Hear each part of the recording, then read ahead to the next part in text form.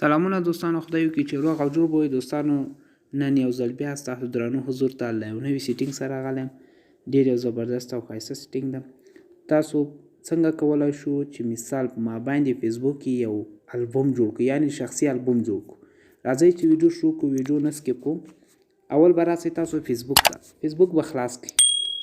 چې کله مو فیسبوک خلاص کړو نو تاسو به راسئ سیټینګ ته، هغه مطلب دا درې نقطو ته، دا درې نقطې به دغه اوکې به کوئ. چې کله مو اوکې کړو تاسو خپل پرسنل انفارمیشن ته راسئ، یعنې خپل پروفایل ته. پروفایل ته راغلی نو تاسو به دلته راسئ، دغه ځای به اوکې کوئ، فوټو هم چې اوکې کړو نو دا فوټو ته ولاړ سئ. دې ته چې ورغلی تاسو ته ګوره درې اپشنه راځي. اول چې ده فوټو آف یو، اول دغه اپشن ده، بل اپلوډز ده او بل البومز ده. نو تاسو به چېرته راسئ، دا البومز به اوکې کوئ. مثال دغه ځای د البومز مو چې اوکې کړ نو تاسو به کریټ البوم ته راسئ.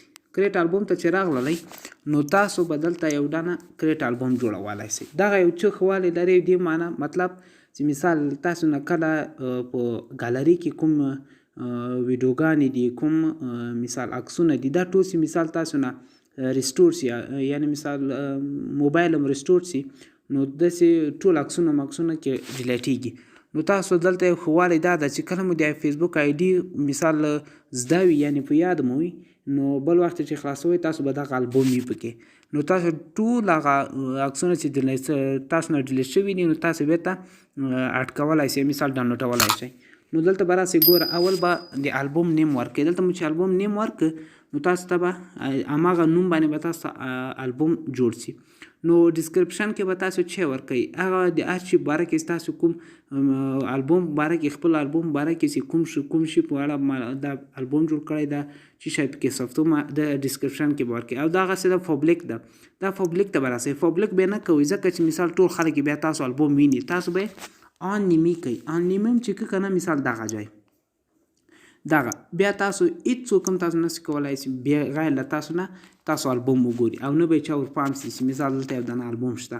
دا مو چې اوکې کړو نو تاسو به راشئ دغه آرټ کنبریشنز، دغه مثال یو څه شي په اړه چې کوم یو مثال مشخص یو خاص یا ورور مې یا مثال تره وي چې مثال هغو سره دغه البوم شریکوئ، نو دلته به تاسو چویس فرینډز کوئ. مثال چې کوم یو چویس کوئ هماغه به چویس کوئ. زه یې نه کومه نو داسې به چیش ته راسئ، دغه ډسکرپشن کې به نوم ورکوئ. مثال زه یو دانه نوم ورکومه،